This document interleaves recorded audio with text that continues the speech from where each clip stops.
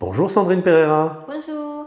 Aujourd'hui, vous nous parlez en tant qu'expert comptable de tout l'environnement fiscal des sociétés, à savoir TVA, impôt sur les sociétés, distribution de dividendes, etc., etc. Alors commençons par la TVA.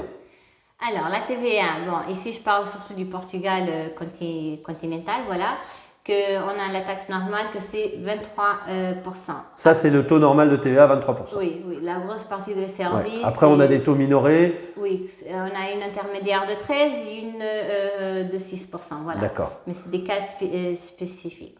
Après aussi, bien sûr qu'on a des transactions entre communautaires, des prestations de services, des choses comme ça. Donc entre des sociétés basées au Portugal et des sociétés basées ailleurs. Ou des entrepreneurs, on peut avoir... Ou des entrepreneurs, voilà, bien sûr. on peut avoir la TVA hors taxe à 0%. Mais attention que dans ce cas, il y a des obligations spécifiques à valider dans la déclaration.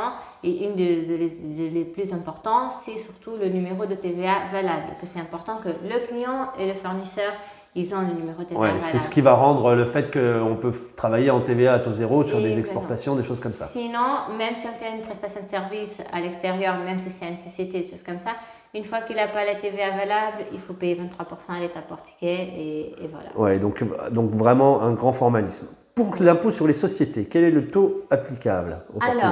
Alors, en global, le taux il est de 21%, excusez-moi, donc 21%. 21% d'impôt Oui. sur les sociétés.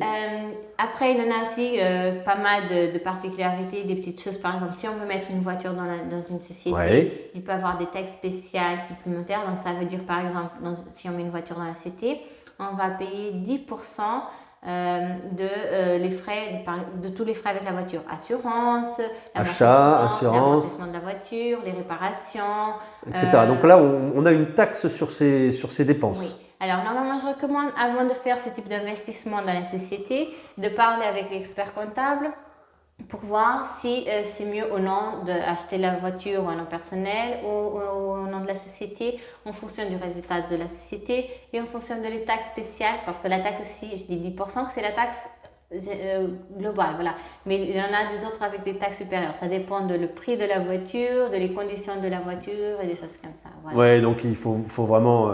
Voilà. faut vraiment consulter ça, c'est avant. un exemple. Oui, c'est un exemple, oui, bien sûr. Bien sûr. Et alors, qu'en est-il des distributions de dividendes? Alors, la taxe des dividendes, elle est de 28%. Donc, c'est ce qu'il faut aussi, c'est important à comprendre, c'est que si on aura un résultat sur lequel on paye 21%, après plus 28% de dividendes. Oui, ça fait 49% là, c'est quand même... Oui. C'est donc important. parfois, les clients disent « Ah non, je ne vais pas prendre salaire parce que après j'ai beaucoup de charges sociales, donc je préfère payer des dividendes de 28%. » Mais il ne faut pas oublier qu'on aura les 21% du résultat et ce n'est pas que les 28%. Dans ce cas, c'est ce que je dis toujours à les clients, c'est alors, on va voir combien d'argent vous voulez toucher par an, une moyenne, voilà. Et on va voir aussi, alors, qu'est-ce que c'est mieux pour la société au niveau fiscal, voir les impacts fiscaux, calculer les charges sociales, mais voir si c'est mieux de monter un petit peu plus le salaire ou non, pour qu'on arrive à conseiller le mieux possible notre client. Donc ça, vous pouvez faire des simulations, des choses comme ça? Oui, on pourra aider le client à trouver le mieux moyen d'être rémunéré, voilà, par la société. Bon, eh bien, écoutez, il ne reste plus qu'à vous appeler alors. Oui. Merci Sandrine. Merci. La French Radio. Portugal.